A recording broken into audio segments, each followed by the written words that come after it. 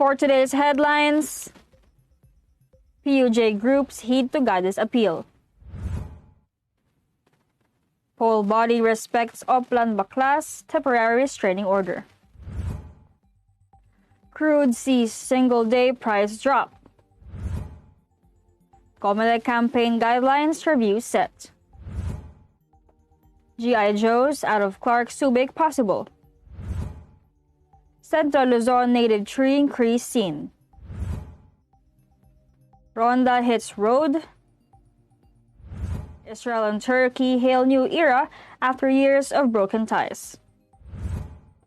Good morning, I am Venice Bautista and this is Tribune News on Q. Today is March 11, 2022 and these are the latest news of this Friday morning.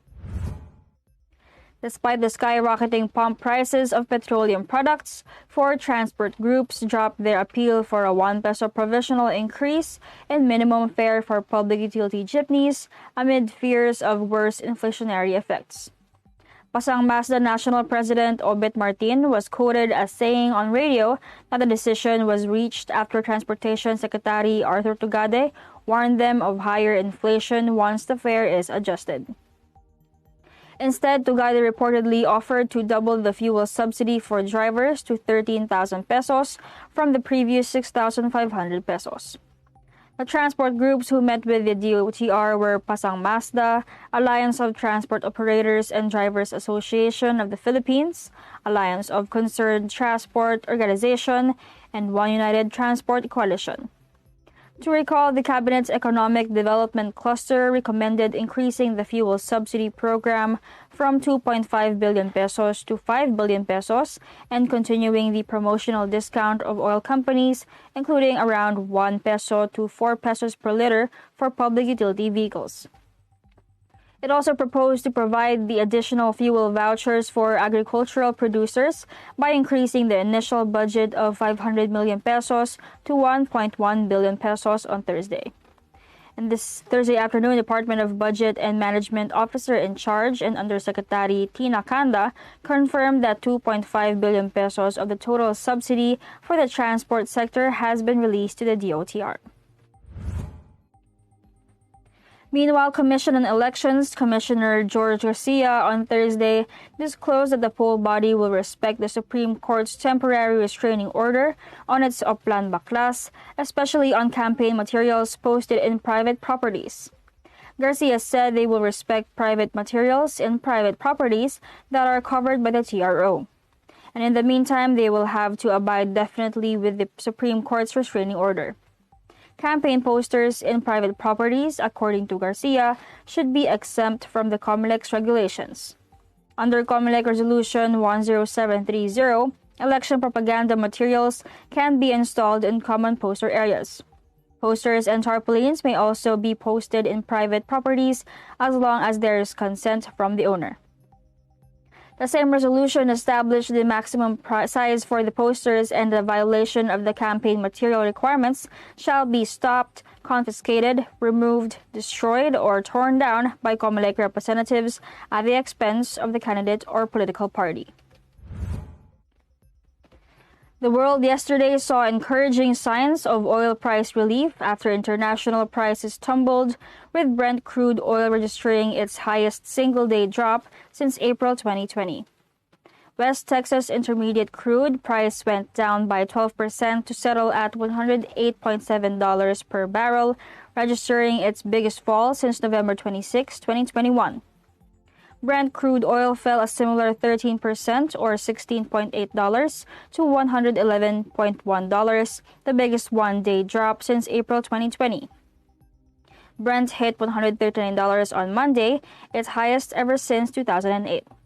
The sharp decline in oil prices improves the outlook for prices at the local pump. However, Analyst Luis Limlingan, head of sales at the Regional Capital Development Corporation, clarified that it is too early to tell if the prices would trigger a decline in pump prices next week. But Limlingan noted that it was encouraging, especially to net importers like the Philippines, after seeing domestic oil prices rise to 5.50 pesos per liter for diesel and 3.50 pesos for gasoline this week. Citing monitoring of the oil trading based on the mean of Platts Singapore early this week, industry sources said that the diesel and gas prices are expected to rise next week by approximately 12.72 pesos and 8.28 pesos per liter, respectively. Senatorial candidate Salvador Panelo thus asked oil companies not to pass the entire burden of rising global crude oil prices to the consumers and the government. Particularly, he said oil firms should deplete existing oil inventories, which per the DOE is good for around 30 to 40 days before adjusting prices based on the purchase of new inventory. It seems only fair, he said, adding that they should follow Petrogas's move to reduce the margin to minimize the impact of the price hikes. According to Panelo, oil companies may also buy large volumes of oil from Russia at a discount.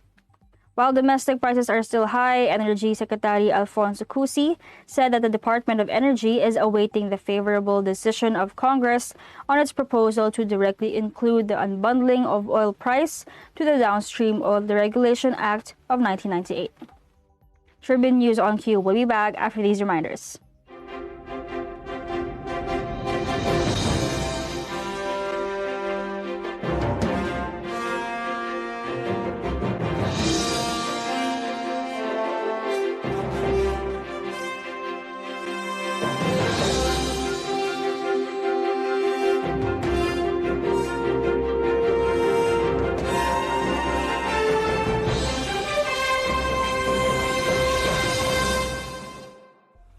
Ayon sa World Bank, tinatayang 4.8 hanggang 12.7 milyong toneladang plastik ang sumisira sa ating karagatan taon-taon. Halos 80% nito ang nanggagaling sa Asya. Sa buong mundo, ang Pilipinas ay itinuturing na pangatlong pinakamalaking nagdudulot ng polusyon sa karagatan. Ang nakalalasong kemikal mula sa plastik ay di lamang kumukontamina sa karagatan, ngunit pati na rin sa hanging nilalanghap at lupang ginagalawan natin. Kung magpapatuloy ang kasalukuyang paggamit ng single-use plastics, sa taong 2050, mas marami na ang plastic kumpara sa mga isda na nasa ating mga karagatan. Dahil dito, mas pinaiigting ng pamahalaan ang kampanya laban sa paggamit ng single-use plastics. Nanganganib ang ating planeta. Iisa lang ito. Lahat tayo ay dapat kumilos sa lalong madaling panahon upang pangalagaan ito. Tama na ang plastikan.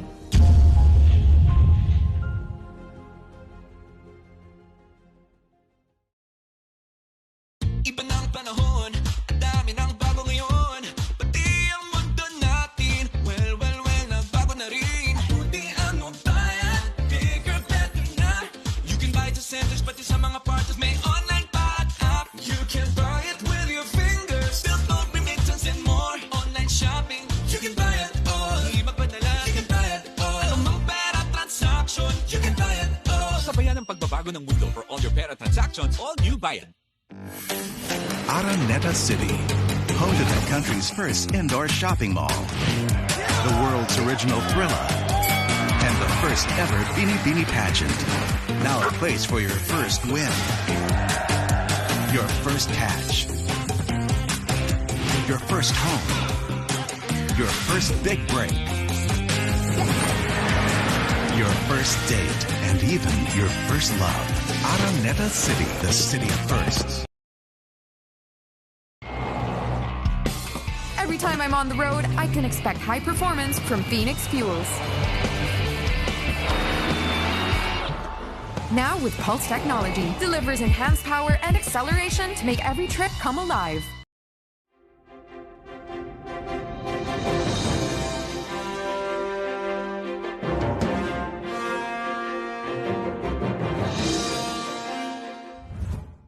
We are back on Tribune News on Q. The Commission on Elections on Thursday disclosed that it will examine anew the campaign guidelines for the 2022 national and local elections to the agencies and bank amid the implementation of the Alert Level 1 status in different parts of the country due to the decreasing coronavirus disease cases reported. The newly minted Comelec Commissioner George Garcia said that they will review the newly constituted Comelec Campaigns Committee, or the CCC, which was established under Comelec Resolution 10732, promulgated in November 2021.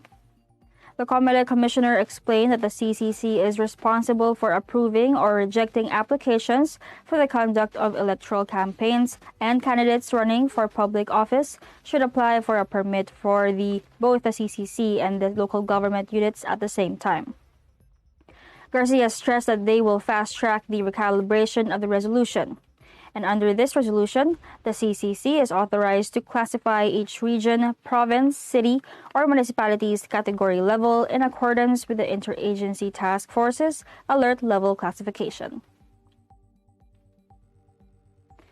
President Rodrigo Duterte is willing to open Philippine facilities to the United States should the Ukraine-Russia crisis spills over to Asia, according to Manila's top diplomat to Washington.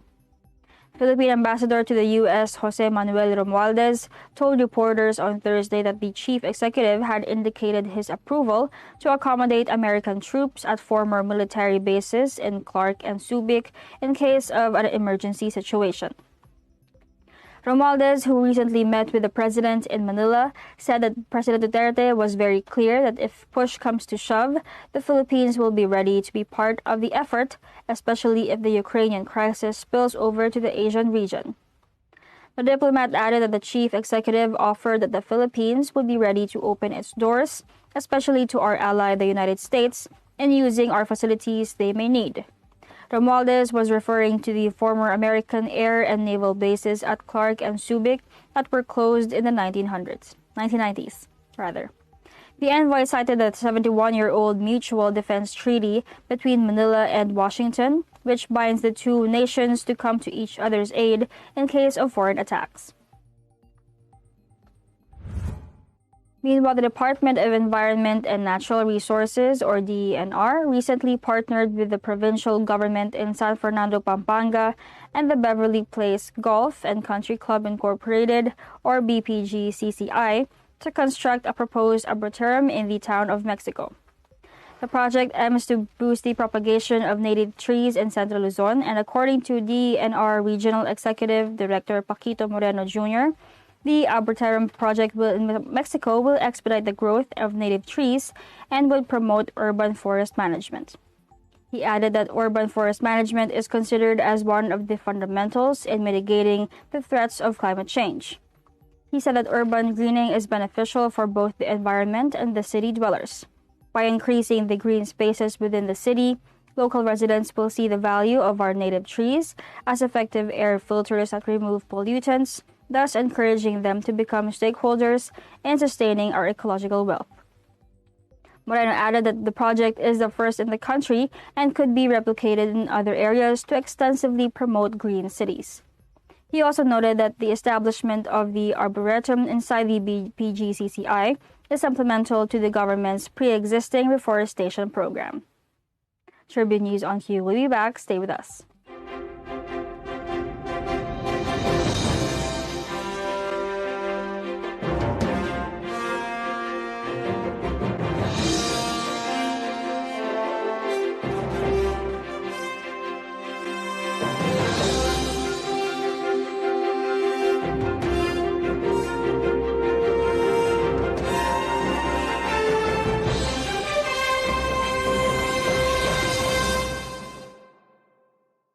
This public service advisory is brought to you by Daily Tribune and 100.3 RJFM. Oh, vaccination, isolation. Gotta keep up with my nutrition. Gotta maintain my body condition. Then I can take my vaccination. What do I choose? What do I take? As long as it is not a fake. AstraZeneca, Moderna, BioNTech, even Sinovac, okay na.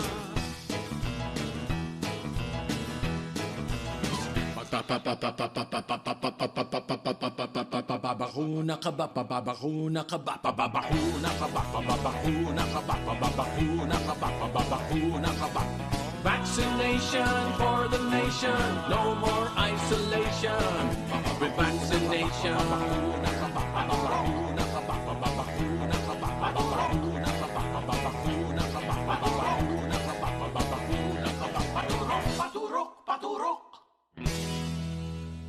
This public service advisory is brought to you by Daily Tribune and 100.3 RJFM.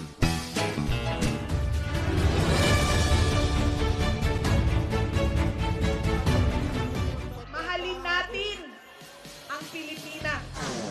Lilipad na ang agila, magtatanggol magmamahal sa ating bansa. We shall fly, soar, fight, and win!